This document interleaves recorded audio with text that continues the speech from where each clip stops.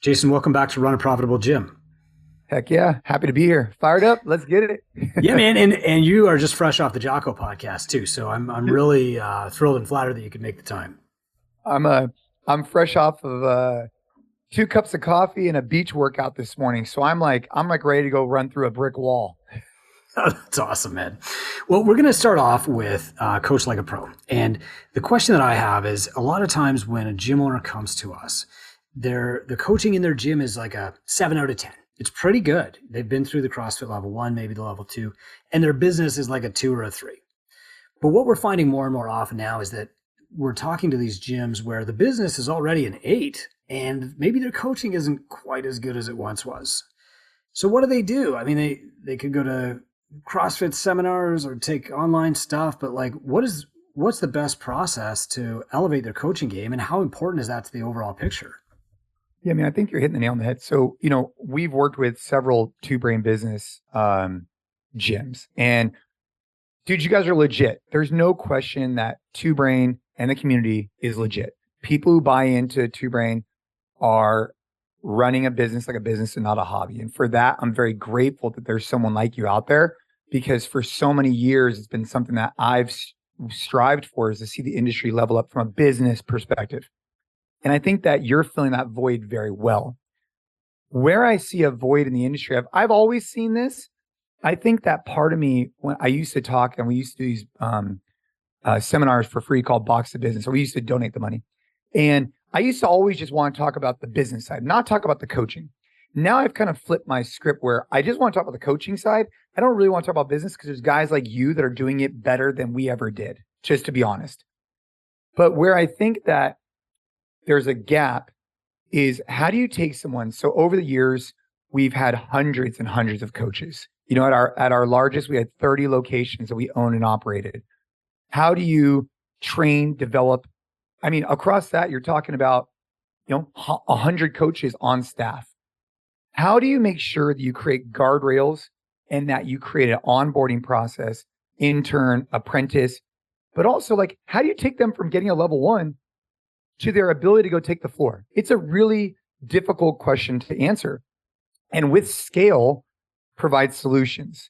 And what we've noticed is that we needed to create something internally for our own team. So we hit it as 3 parts. We have an internship program, which is really helpful because it helps with people who are internal, who want to become coaches. And you're trying to find the right way of saying, like, hey, you're good for the fit, you're not. But at least there's a system so that we get to see the buy-in from these individuals. Are they prepared to put in the time and effort to go through our process internally? That's number 1. Number 2 is we take them through something that we call Coach Like a Pro, which is now also available publicly, which we could talk about. And then number 3, the third pillar, is our NCFIT Collective, which is daily development, session planning, and programming. Those are the 3 pillars that we utilize here at NCFIT. And the one that I'd like to talk about is one that I think, just yesterday, the reason why this is so fresh in my mind, just yesterday, I repassed my CrossFit level 3, which then gives me my CrossFit level 4 again.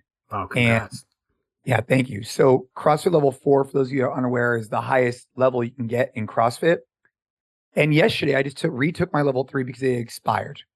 I used to teach for CrossFit seminar staff. So I had an old level 4. I let it expire, and now I wanted to get it back just for myself. Like, is that going to add value for the business? Probably not, but I wanted to do it for me. The reason why I bring that up, though, is that CrossFit has, in my opinion, the best structure of seminars out there. I think a level 1 for a weekend course is brilliant. I think a level 2 from a practical application is good. I think a level 3, I just took it yesterday. It's hard. It's 160 questions. It's 3 hours long. But do any one of those 3 give me everything I need to produce the product on the floor is the question, right? They each are a piece of that puzzle. And I'd say the largest piece actually is a level 1. I'd say that's the most impactful. But what we were finding is that our coaches were coming out of a level 1, and there was a big gap from getting them there to on the floor. So we created something called Coach Like a Pro, which is an 8-module course where myself and coworkers of mine, MDV and Gabe, sat down and we created 8 one-hour modules, basically taking decades of experience. I started coaching daily in 2008. And how do I disseminate that information and provide it in a more practical setting? So we're not talking about movement. We're not talking about how to squat, how to deadlift, how to press. You should already know those things. What we're talking about is, how do you actually run a class? How do you get, how are you scaling? How are you adjusting the workout? How are you setting a vibe? How are you taking them from minute 1 to minute 60 and providing the best hour of these people's day? And that's what we talk about for 8 hours. Along with that comes a workbook, and along with that comes weekly calls for 5 weeks. And man, we're putting together a 2-brain cohort right now. Tomorrow we have a call, and it has just been incredible. So that's where we're at. That was a long-winded way of answering your question, but it's coach like a pro. That's awesome, man. So I really want to dig into that. Before we do, maybe can we just talk about NCFIT Collective and what that is? Check that off the list, and then we're going to go deeper into Coach Like a Pro. Sure. Yeah. So, and we've evolved, so like I opened NCFIT originally CrossFit Santa Clara, then NorCal CrossFit, now NCFIT in 2008. So it's been a long journey. And as we expanded, we opened up many locations. In 2011 and 12, we signed a major deal with Western Digital that took us globally. And that was really the time where we said, wow, we have locations in Mexico, China, Malaysia. How are we going to offer a premium experience? And so we started taking from Google Docs and saying, dude, this Google Doc thing, we can't do this anymore. And so we created our own app, and we put daily videos and daily session plans for our coaches to create guardrails for our own team. We were saying if we had a crappy product on the floor anywhere in the world, it was a poor representation. So the NCFIT Collective takes what we actually use in our gyms today. The workouts are tested by our team. They're written by someone who just tested it, right? And we have an Outlook document coming out soon for 2024. And so I'm really proud of what we do at the Collective, because I can't think of another programming service. I think every gym owner should outsource their programming, but I can't think of another one that has a team of experts like we do, where each workout is tested. That individual who tested it then provides feedback. It goes through several layers. Then that individual who tested it writes a session plan for it with the nuts and bolts. And then we do a video on it, because we have the team to scale it, which an individual gym just doesn't have the time, nor should they take the time to do that, because it's not worth it for them. So that's the NCFIT Collective. Okay. Well, we're definitely coming back to that. Sure. I saw the Outlook 2023, and that was so impressive to me. We're going to talk about the Outlook 2024, but let's dig into Coach Like a Pro. So when you're teaching this kind of stuff, so they take their L1, I've got somebody with like an L2 at my gym, but you're right, there is a disconnect in like what they're actually doing once they get on the floor. And this was true even with the CSCS when I took it back in 1998. You walk into the gym the first day and you go, but what do I do?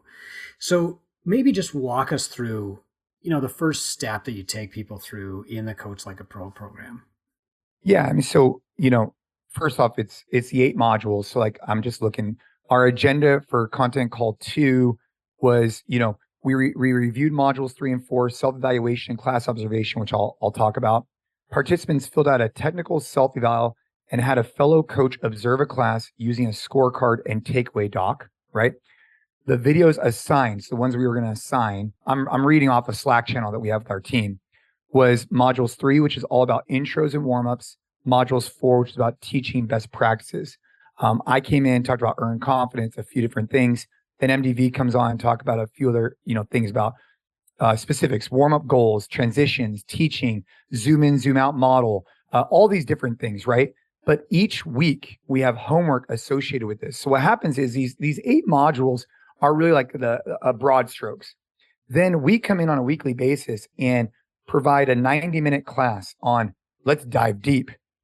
But I think the part that we're doing that no one else is doing is we're holding coaches accountable to level up. So we have homework that is self-eval, but also having a peer of yours review your class. And man, I'm telling you, those 2 alone, there's more to the handbook than those 2, but those 2 alone have been instrumental in the growth for people, because people realize like, wow, I'm coming off too serious. I'm doing this, I'm doing that. All the intangibles of a great coach, because Chris, here's the thing. A great technician does not make a great coach. A variety of factors make up a great coach. if you're a great technician, but your athletes are not having fun, not enjoying the experience, if you're not communicating effectively, if you're not touching each one, either through tactile, visual, verbal cues 3 or 4 times, you're missing the point. And so you have these businesses that grow like yours because you help them from a profit perspective and a revenue. But what we're trying to avoid is revolving door, where these gyms work hard to get new leads in. They come in and they just have a suboptimal experience. And when you're when you're charging a premium, you have to offer a premium experience. And that's what we're trying to get to the bottom of through Coach Like a Pro. Do you think that's actually an issue or a main reason why a lot of gyms, and I'm going to include CrossFit gyms in this statement, they don't charge a premium? And so when somebody like Nike shows up in the market for $99 a month, the consumer is like, what's the difference? I'll take the lower priced one. Yeah, I mean, I think that we as an ecosystem have to realize that there's 2 levers we need to pull continuously. One is leveling up as a business. You need to run a clean organization. You need to make sure that your employees are appropriately listed from 1099 and W-2. You need to make sure you have your AED. You need to make sure you have all the things that are business focused. Like, you have to run your business like a business, not a hobby. And your business is coaching, is group-based training. So it'd be like running a super badass restaurant that is just dialed in, from the amount of food you order to the profit margins you get. I mean, everything on the backside is phenomenal. But if your actual food or the service you're providing is subpar, you're missing out on a major point. Like, I've been in restaurants that have phenomenal food, but their service sucks. I'm never going back. At a gym, you could have everything dialed in. You get the most beautiful location in the world. But if that coach doesn't make you feel something, create an emotion, you're not going to have raving fans, which is what we're trying to build at NCFIT. I think most listeners who have been around and own a gym for 5 years or more, they've probably experienced this on both sides, both as a client and potentially as an owner too. The thing that really stuck out the first time you were ever telling me about this was the self-evaluation. And that's something that as an owner, I know I should be doing all the time, but I really struggle to fit it in unless I'm really mad at the person. And then it's tense and awkward. How does that self-evaluation and the peer evaluation work? Yeah, I'm just pulling up right here. So Coach Like a Pro, essentially the workbook. So we'll go through it. Starts off course objectives and breakdown, course outline.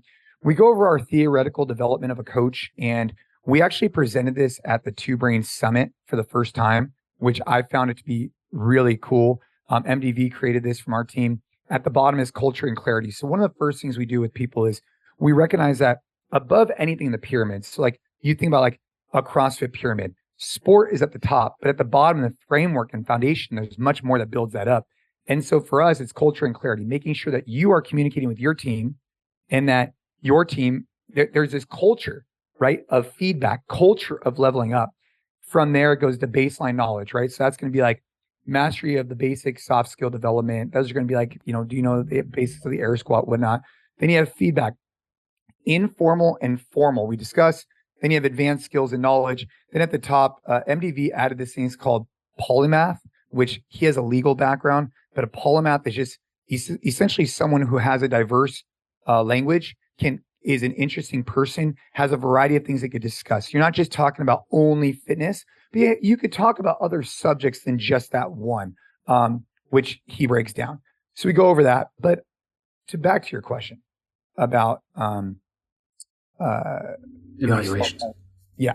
So the way that we do it is we do twice a year formal evaluations with our team, and we utilize a very formal documentation, which I'm happy to send over to you. And that documentation, there's a self-evaluation form. We also have a report card that we go over, but I'm rolling down to it. Self-evaluation form. So these are questions. Give a brief snapshot of the current stage in your journey and identify a goal on your radar, right? So we provide these self-evaluation forms to create a conversation, right? After that, underneath, you have a coaching scorecard. So you have an intro, a warm-up, teach, skill, workout, open items, and then you have a ton of different areas underneath it, which I'll have to send it to you. Anybody listening to this podcast, I'm happy to send this to them. But it's broken down in each one, and each specific criteria has its own score. So you can really dive deep into what area does this coach need improvement on? Is it in the intro? Is it in particular? Was the coach on the floor at least 5 minutes prior to class? Did the coach start class on time? Did the coach greet athletes and arrive on to the class? For the warm-up, did the coach administer an effective warm-up? Scale from 1 to 10. Was the warm-up demonstrated, explained effectively? Really kind of going in so that the more granular we could get, the more quantifiable the data we could have so that these coaches can actually make tangible takeaways to improve. Then we have our NCFIT coach takeaway form. We have a coach planning document that comes with it where we set up a timeline so that these people can start looking at, if you don't use the collective, how do you plan out your class, right? Just a linear line. How am I going to plan this out? Because one of the things we've noticed, Chris, and I think this is a huge takeaway for your audience to think about. If you're finding as an owner that your coaches are not reaching their potential as a coach, one reason why they might not be is because they're not prepared enough for class. And here's what I mean. If you're not prepared, the coach cannot allow their enthusiasm, their personality to shine because they're too worried about what's coming next. So think about whenever you're giving a talk, whenever you're doing something, you're so worried about what I'm going to say next that it doesn't allow you to engage because you're thinking about, okay, at minute 2, I need to do this.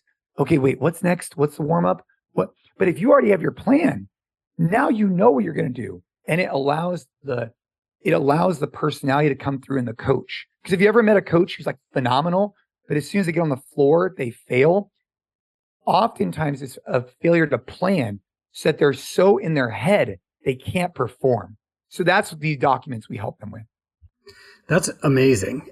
Honestly, I think every gym owner listening to this has done this before. I really want to help my coaches get more knowledge. I'm going to send them to the seminar. Coaches are eager to do it. They want to be better coaches. You send them to the seminar. They spend a day or even 2 days. They come back. What did you learn? And they can remember maybe 1 or 2 things. And 2 months later, maybe those things are lost. But when you compare it to the evaluation process and the way that you've got this all set up with Coach Like a Pro, it's actually much better. And I just want to read you a quote from one of the participants. We have a cohort going through right now just for 2 brain gyms. And the participant said, I brought this up during the discussion and related it to the feedback you've given me about over-explaining. So this coach is like in the program and he had received some feedback from another coach at their gym that he's an over-explainer. It could be me. That's me. Jason then hit me with the hard truth that I was likely doing that because of insecurity. He followed that up with some encouragement to trust myself and trust that you have put me in this position of authority so I don't need to apply reasoning to every little thing. It was a very powerful moment being called out like that in front of the rest of the cohort. Jason, like when you built Coach Like a Pro, did you do it in a way that like you intended for these kind of moments to happen, or did this just kind of like emerge from the way that you've got it set up? Yeah, the goal of Coach Like a Pro is to get coaches uncomfortable. And so if you're listening to this and you want your coaches to level up, or if you want to level up as a coach, we're for you. But if you're not comfortable with getting a little bit uncomfortable, we're not for you. We're just not. And that's okay. Like if you're not prepared to have your class reviewed, if you're not prepared to take feedback in a very constructive manner, it's just not the right time. But I would also say that if you're not prepared to have your coach review or to get feedback, then you got to evaluate why not, right? Something that I learned, I was going through a leadership course with Jocko's team through Echelon Front. And one of the most important takeaways that I had was detachment. Detaching from my ego, my emotion, and my perspective. And that's something I'm taking into every single class, every single business meeting, every single thing I'm doing. Because what happens is I don't know how much you want to go into this, but from a leadership perspective, I believe every leader needs to walk into a situation detached from those 3 things. I'll just explain a quick situation for you. So one of the instructors there shared this story. I found this to be really profound. This gentleman, JP, goes for a CrossFit class. And it could have been a jiu-jitsu class, but either way it works. And he shows up 15 minutes late for a class. And everybody listening to this who's a coach has had someone come in 15 minutes late. And this guy, JP, is a former Navy SEAL. So he shows up late and the instructor says, I thought all frogmen are on time. Go ahead and start doing burpees. JP, roger that. Got it. So he starts doing burpees. After that, he finishes class. He never goes back again. But the instructor never asked why, hey, is everything okay? Are you late? Because here's what happened. He shows up 15 minutes late. What happens to that instructor? His ego becomes attacked because he's saying, hey, this guy doesn't value my time as much. He's a former SEAL. He thinks he's better than me. My ego is being attacked. I'm emotional. I'm in the middle of class trying to deliver a great product, and this guy interrupts me. I become emotional. And the perspective, my perspective is, right? Hey, class started at 8 a.m. You showed up late. My perspective is you're not respecting my climb or the class's time or all this kind of stuff. That's my vantage point, right?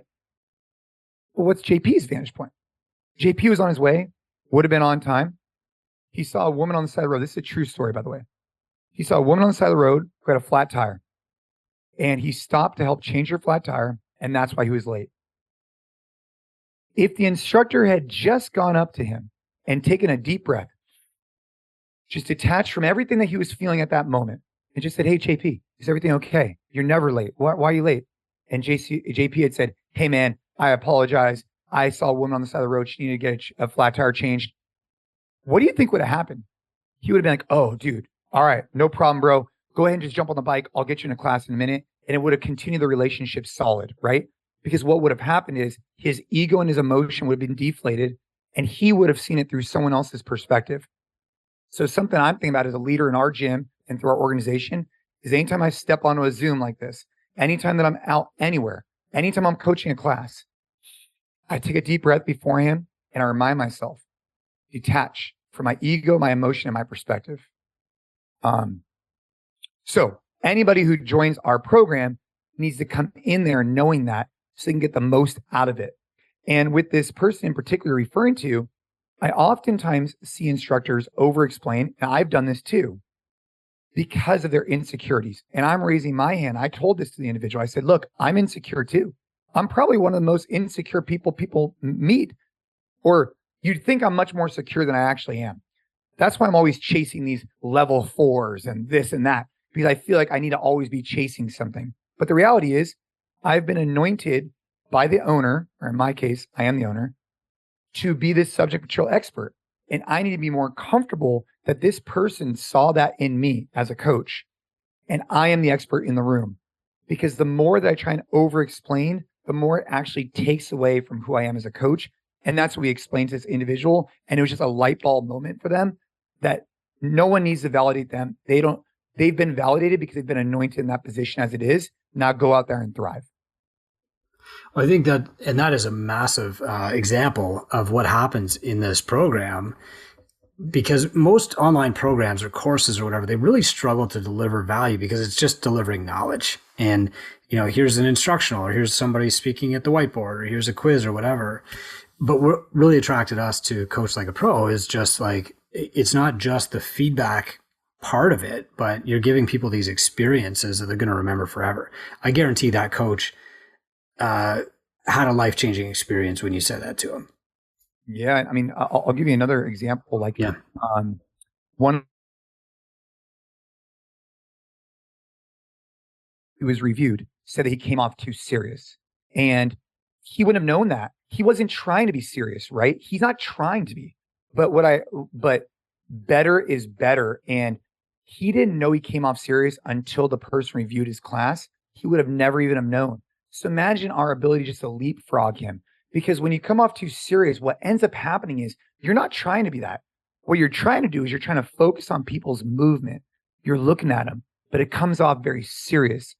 And all of a sudden people get uncomfortable.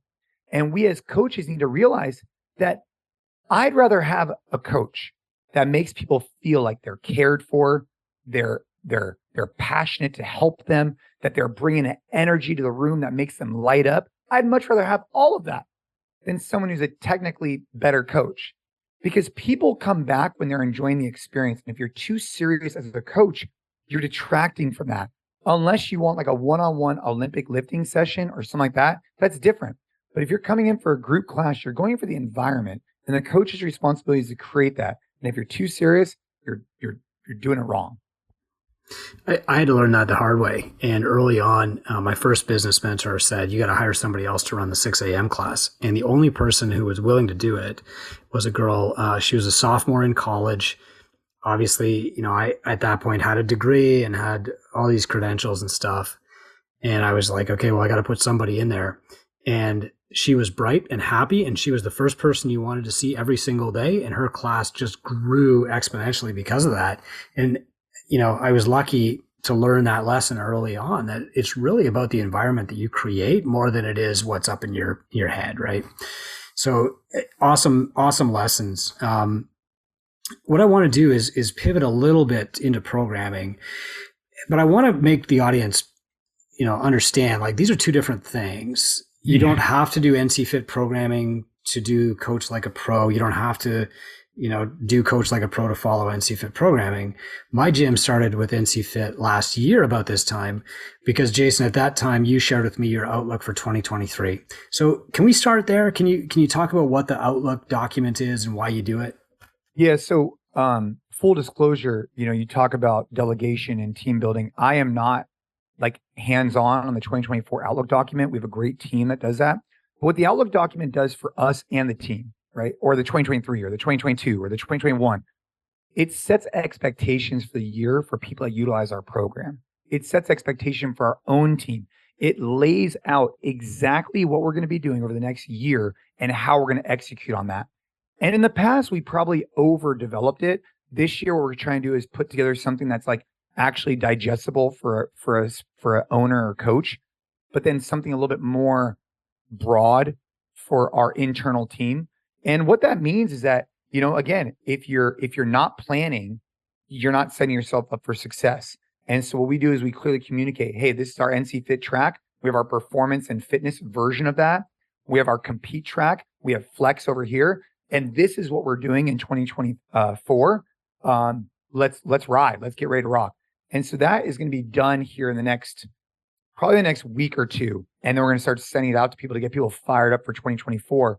Because again, with me, when it comes to programming and coaching, we have a team to do this. Like if you're a gym owner out there and you're running a single brick and mortar, you have so many more things you should be doing than creating a 2024 outlook document for your team. It just is not going to move the needle.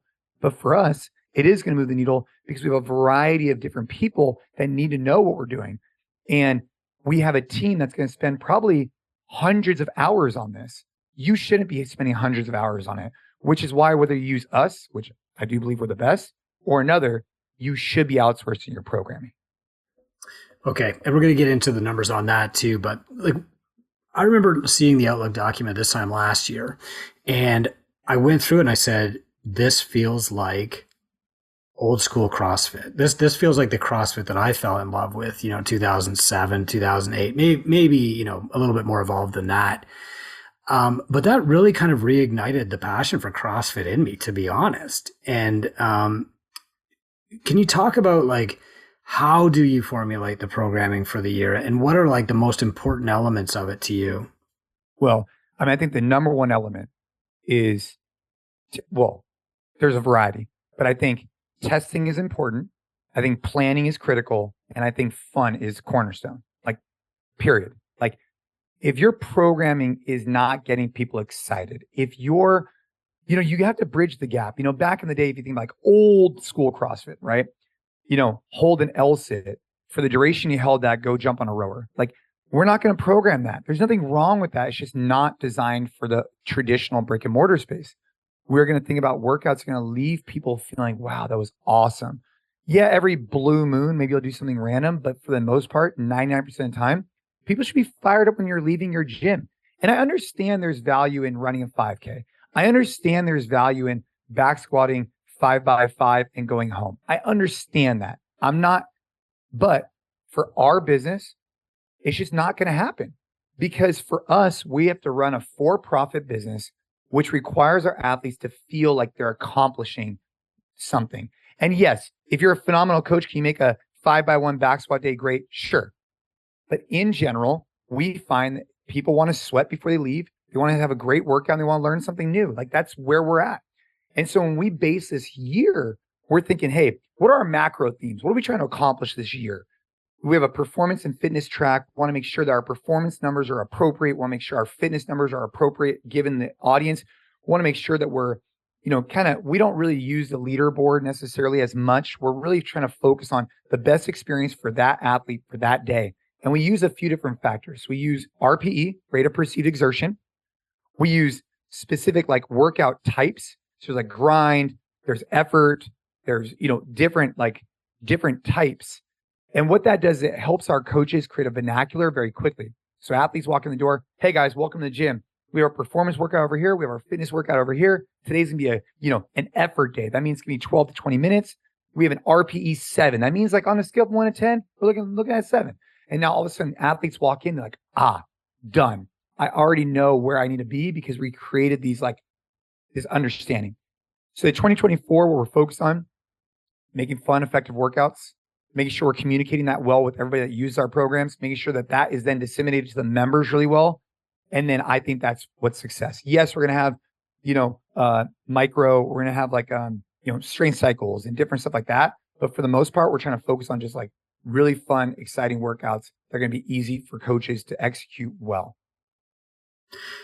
How do you, when you're programming, I mean, it must be very, very tempting to program a lot of really technical stuff. I mean, you've been one of the fittest in the world now for a decade. How do you get outside your own head and program for kind of everybody else? I think a lot of owners, including me, I've always struggled with this. Yeah, I mean, I think it's important not to place your own personal fitness on your membership base. And that goes as a coach too. But the way that we do it right now, so you have several people that are involved in the actual. So we have one individual who's programming Compete. We have another individual that's programming Flex. We have a group of people that are programming NCFIT.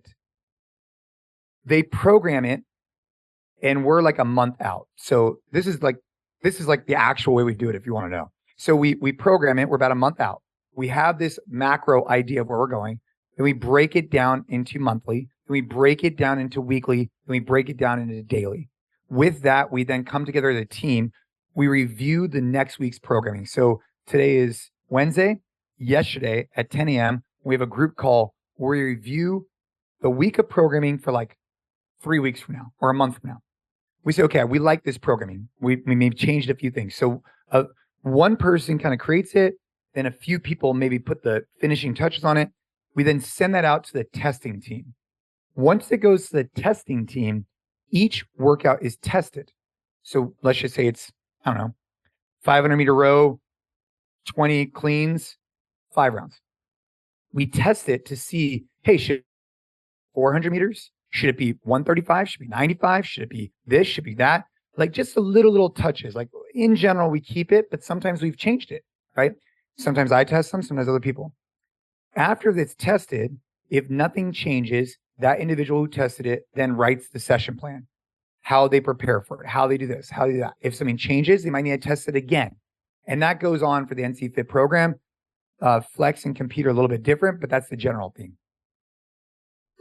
How do you audit results? I mean, one of the things that most impressed me, the first time I ever went to CrossFit HQ, and Greg had just turned over the programming for the main site to Tony Budding, but he was involved in the review. And he told me that when he owned a gym, his programming for this month really depended on what his clients did the previous month. So, we tried rope climbs. It didn't really work out. So we're going to do a bunch of pull-ups and pulling style movements this month, and we'll come back to rope climbs again in 2 months. How do you audit when you've got such a massive scale and so much scope?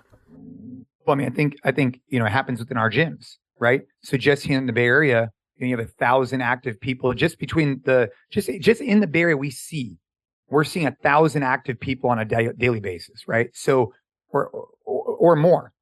So we're getting a lot of inputs, and those inputs are coming in. But we also have people that are supporting the programming that are not in the gyms, which I actually think is a good thing. So we have people that are in the gym, people that are outside the gym, to provide inputs to say, hey, where are we going?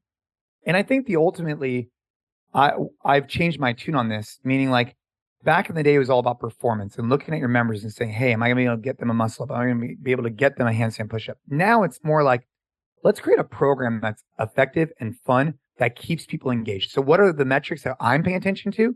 Attendance, right? Retention,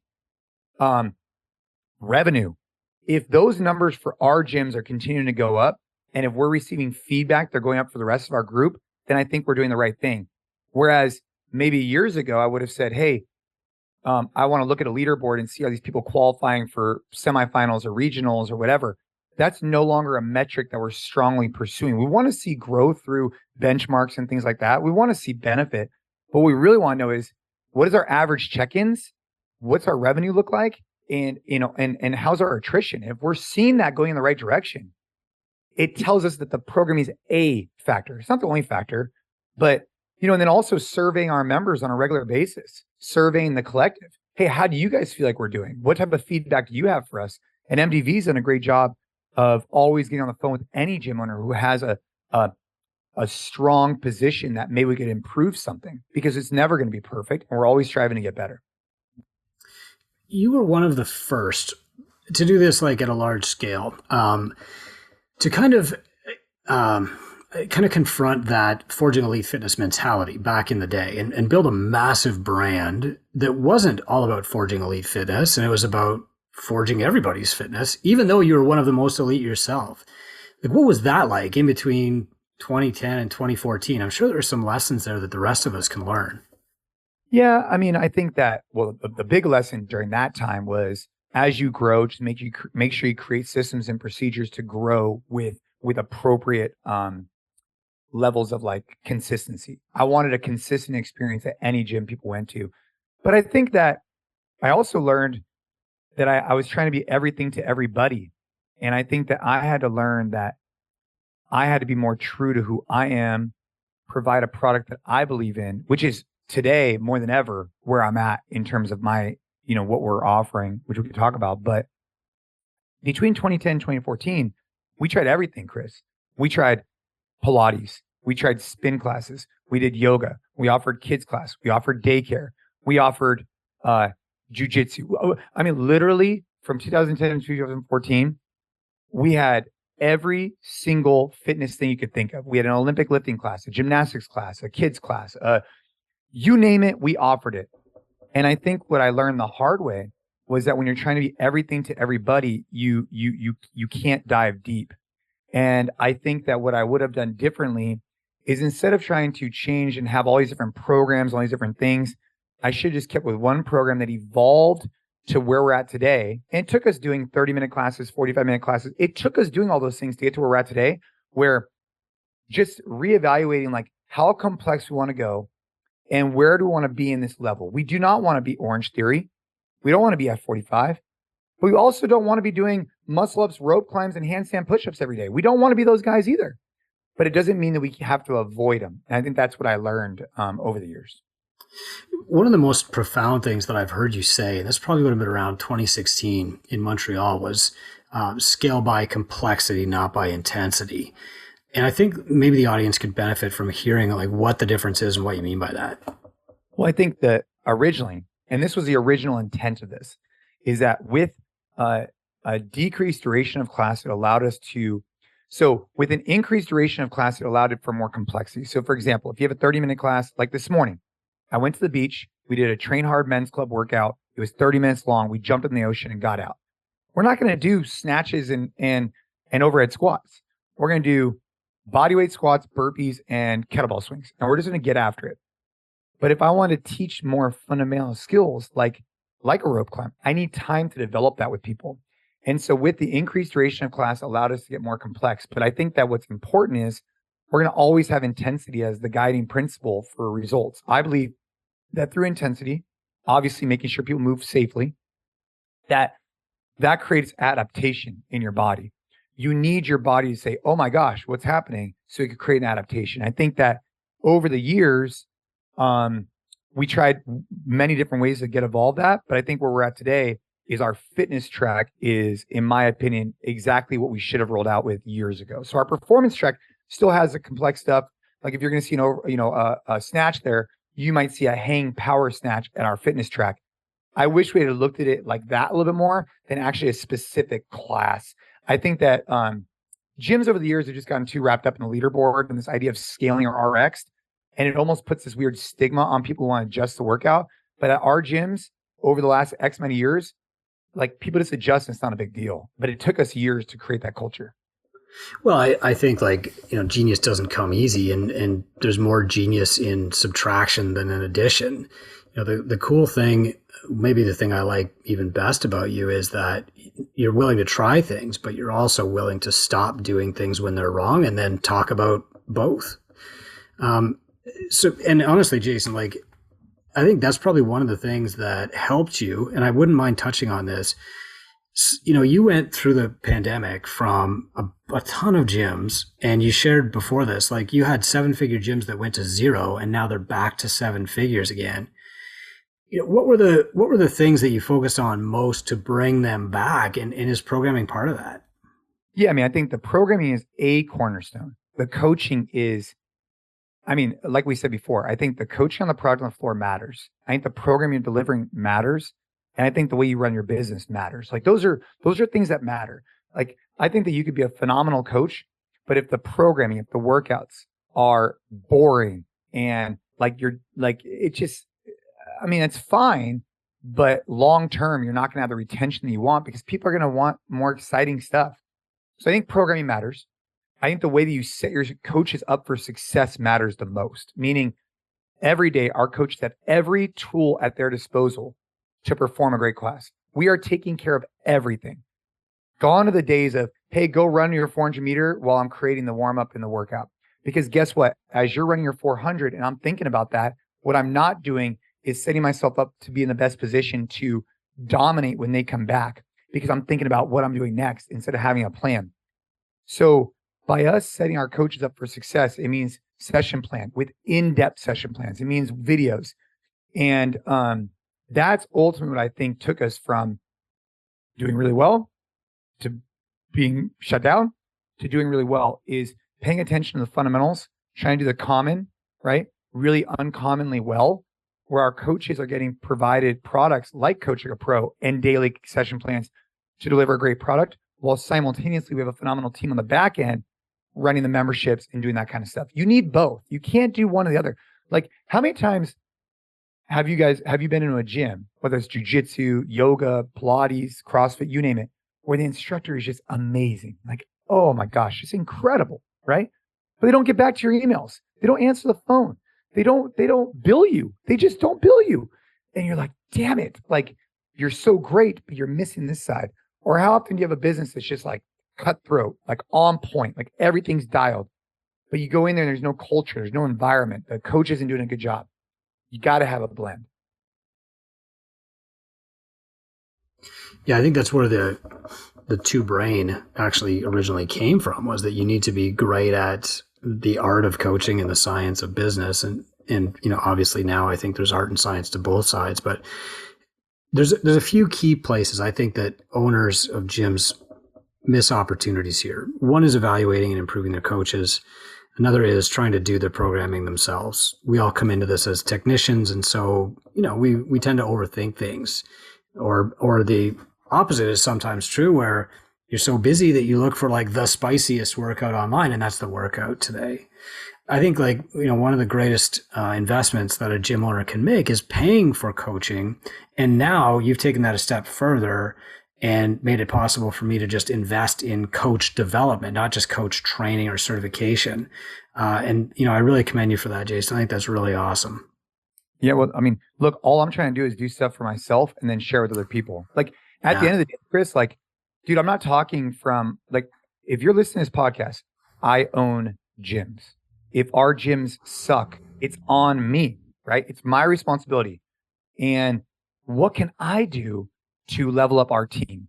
What can I do is the question I'm asking every single day. And the question becomes, if I'm leveling up our team, well, why don't I then sell that to other gym owners, right? Like if it's working for us, why wouldn't I provide that to the overall ecosystem? And that started off with the NCFIT Collective, and now it's evolved into Coach Like a Pro.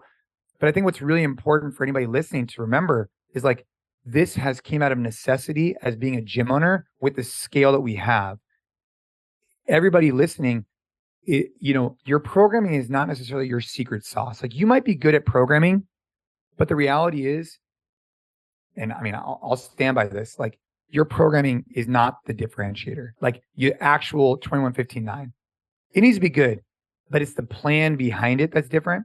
So if you're creating this and you're spending an hour creating a plan for an entire week, how good is that really going to be? But if you're spending 10, 20 hours during the week to create a plan, couldn't you be doing something else with that time, right? Couldn't you be paying me or another provider just to provide it for you?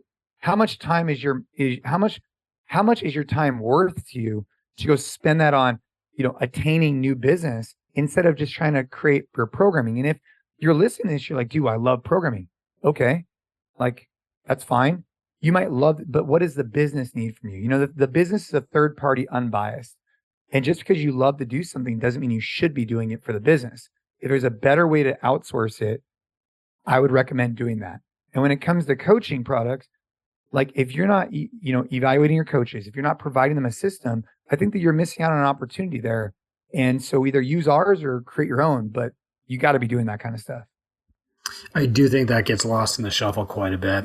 All right. Well, I do want to take a minute, 2 minutes maybe, to talk about Train Hard. And because this is kind of like the new evolution that you mentioned to me when we were both down in Austin at the Rogue Invitational. What is it? Oh, so today's a big day. I don't know when this podcast is going to go out, but today we just launched Train Hard merch for the first time. Yeah. Awesome. Right now. And let's talk about it. So I started off in the fitness space at 15.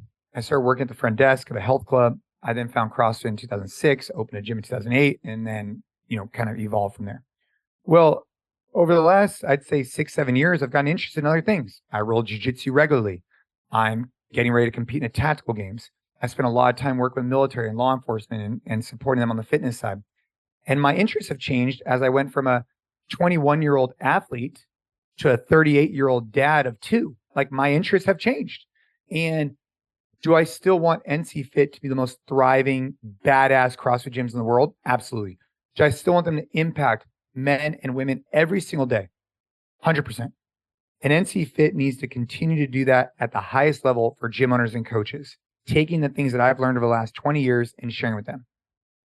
And I've also evolved, right? And a lot of people listening, I hope can relate to this. Like, you're not the same guy you were when you opened the gym 10 years ago, and neither am I. I no longer really have a desire to do some of those complex lifts like full squat snatches or muscle ups. Can I still do them? Did I do them at the Rogue Invitational? Sure. But I don't really desire to have them in my program right now, especially because of how much jiu-jitsu I'm doing. So we have our team on the NCFIT side that's absolutely crushing it. I was just at the gym right now. But I also have the Train Hard side that's starting off as just a newsletter, right? Every week we're putting out newsletter. Just think we feel connected to about for dads and moms who want to be able to train, protect, and provide. And I just want to talk about what that means to me. Like, my goals have changed from trying to be able to be the fittest on earth to be able to protect myself and my family. If I need to run, jump, climb, lift, I want to be able to do that. And most people listening here probably can already do that, right? Like, they train enough where, like, my son fell into a fire pit last year and I had to jump and throw him out. I want to have the fitness to be able to do that. Not to mention the combatives and that kind of stuff. I also want to be able to provide, and this is something that's really important to me, provide experiences. Every day I get home and my son's like, let's go play baseball. Let's go do this. Let's go do that. I want to be able to say yes. That's important to me, right? And never say no because I'm too tired or too out of shape. I also want to be able to provide financially. It's very important to me. And I feel like if I train hard, I show up better during the day, I show up better at work, ultimately, it'll give me more confidence, and I believe I'll see more potential with my revenue potential because I'm gonna be able to show up different. So we are creating a brand for dads, for people who want to train, protect, provide, who want to act the part, look the part, but never let momentum get to zero. And eventually we will be rolling out an online app, which are gonna be different programs than what we do at NCFIT. NCFIT, you have a coach's eye. Like, we're running classes. Train Hard is going to be designed for people who want to do it in the gym, in the garage, or on their own, and they still want to embody the same characteristics. That's awesome, man. And I think every time we speak, you've got something new, which is super duper exciting, but it's all also like really awesome to see what never changes. You hold true to your core and you do different things kind of around the perimeter, which is just fantastic to watch. So Jason, thank you so much for being part of this. Jason, I'm sure we'll have you back on again before Summit, but we're going to have you at Summit next year in June in Chicago too. And in the meantime, Coach Like a Pro, the first Two Brain cohort is about halfway through right now. 10 out of 10 recommend. They all love it. And we'll put directions to get more information in the show notes. That sounds great. No, I really appreciate you having me on. Looking forward to talking with you soon about the state of the industry and everything you've been doing. I think there's a lot to dive into because it's tangible numbers. It's not like, oh, I have 500 members. Like, well, talk to me about the financials. And then I'm super excited to be back at the Two Brain Summit. I really want to focus on things that are important to me at that moment. So last year we talked about leadership and a few other things. Those are still evolving. And I think that we continue to evolve. So we'll see what we come up with this year, but I'm excited for it. Thanks, man.